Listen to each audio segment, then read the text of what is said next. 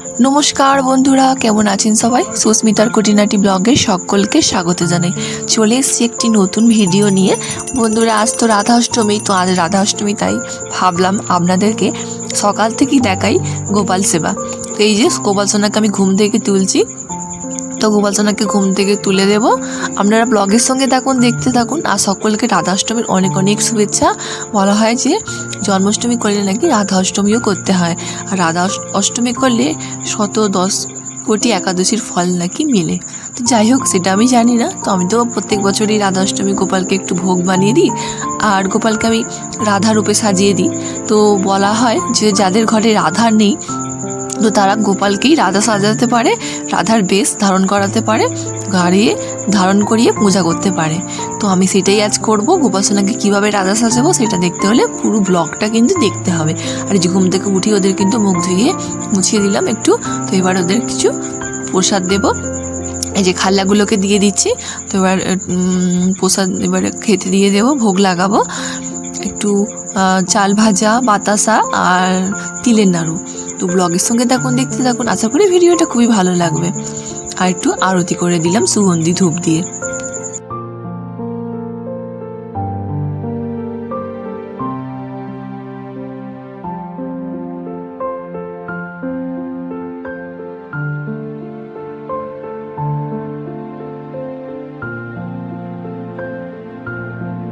আর এই রাধা অষ্টমীর পুজো নাকি 12টার পর করতে হয়, মানে 12টার মধ্যে করতে হয়। তো যাই হোক, তো আমি একটু বেলার দিকে গোপাল সোনাদের একটু পঞ্চামৃত দিয়ে স্নান করিয়ে দেবো, দুধ দই ঘি মধু একটু গায়ে মাখিয়ে দিয়ে। তো আবার তারপরে একটু দুধ ঢালবো। তো এই সবাইকেই আমি একটু একটু করে দুধ দই ঘি মধু ভালো করে মাখিয়ে নেব, নিয়ে কিন্তু ওদের অভিষেক করিয়ে নেব।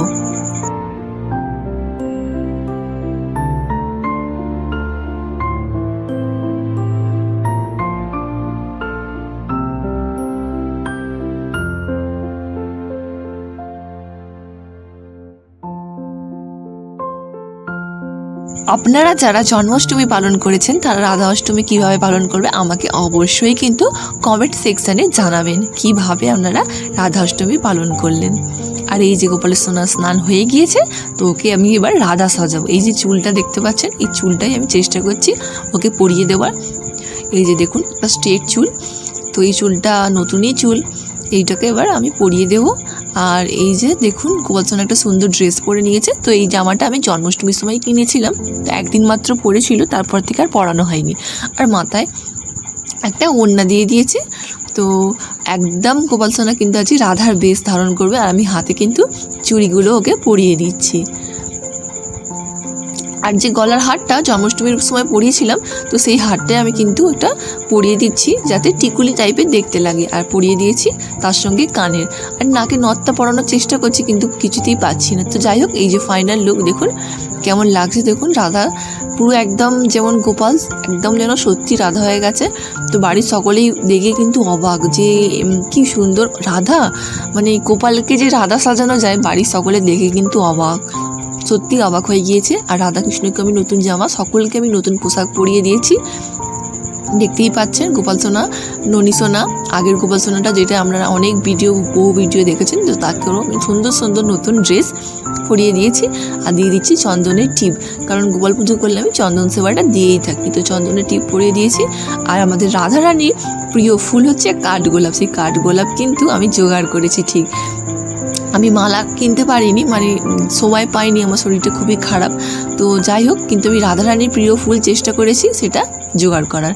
তো রাধারানীর প্রিয় ফুল হচ্ছে কাঠগোলাপ, আরও অনেক ফুল আছে। তো তার মধ্যে আমি কাঠগোলাপ অনেক কষ্ট করে জোগাড় করেছি। এই যে দেখুন, রাধারানীর প্রিয় ফুল দিয়ে আমি কিন্তু সব ঠাকুরকে আজকে পূজা করব। আর এই যে চুলে দিচ্ছি, কি সুন্দর লাগছে চুলটা। আর এই যে দেখুন, সমস্ত ফুল, এই রাধারানীর প্রিয় ফুল দিয়ে কিন্তু আমি পুরোটা ভগবানকে পূজাটা করে নেব।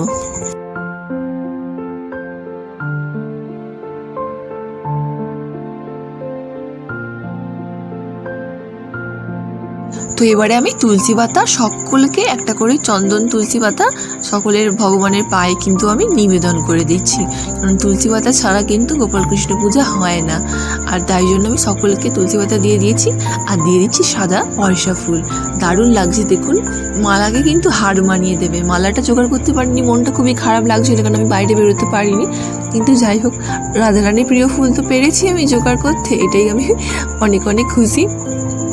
আর এই যে এবারে আমি গোমাতাকে একটু বস্ত্রস্বরূপ আমি কিন্তু মৌলি সুতো দিয়ে দিচ্ছি বস্ত্রস্বরূপ। আর গোমাতাকে দিয়ে দেব দূর্বা, কারণ রাধারানী কিন্তু গোমাতাকে দূর্বা খাওয়াতেন, তো সেই জন্য আমি রাধারানীকে দূর্বা দিয়ে দিলাম। আর আজকের দিনে দূর্বা দিতেও হয়। আর একটু বানিয়ে নিয়েছি ভোগের লুচি, আলু ভাজা, সুজি, আর বটবটি ভাজা, আর আলু ভাজা, পটল ভাজা, আর একটু মিষ্টি দিয়ে দিয়েছি, আর দিয়ে দিয়েছি ফল। তো এবার ভালো করে ভোগগুলো ঠাকুরের সামনে সাজিয়ে দিয়েছি। আর সবেতে আমি একটা করে তুলসী পাতা দিয়ে দিয়েছি, আর দিয়ে দিয়েছি জলও।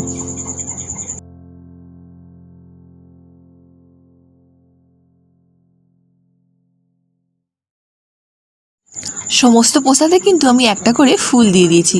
ভোগেতে নাকি ফুল দিতেই হয় একটা করে ফুল। তো এবার আমি আরতিটা করছি, তো আপনারাও দেখতে থাকুন। অবশ্যই কিন্তু ভোগ দর্শন করুন, ভোগ দর্শন করলে দুর্ভোগ কাটে।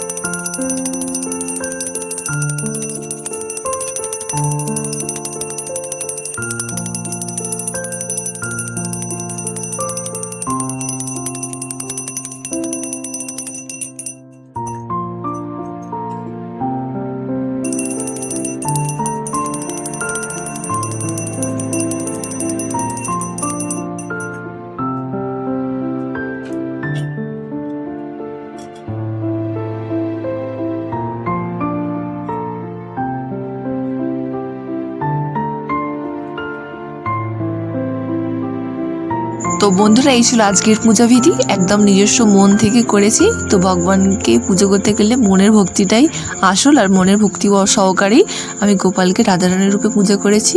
তো বন্ধুরা, তাহলে ভিডিওটা আজকে এখানেই শেষ করছি। আর যদি ভিডিওটি ভালো লাগে অবশ্যই একটা লাইক, কমেন্ট, শেয়ার, সাবস্ক্রাইব করে আমার পাশে থাকবেন। আর যারা নতুন বন্ধু হয়ে আসছেন, ভিডিওটা দেখছেন, তারা অবশ্যই আমার চ্যানেলটাকে লাইক, কমেন্ট, সাবস্ক্রাইব করবেন নতুন নতুন ভিডিও পাওয়ার জন্য। ভালো থাকবেন, সুস্থ থাকবেন। দেখা হয় পরবর্তী অন্য ব্লগে।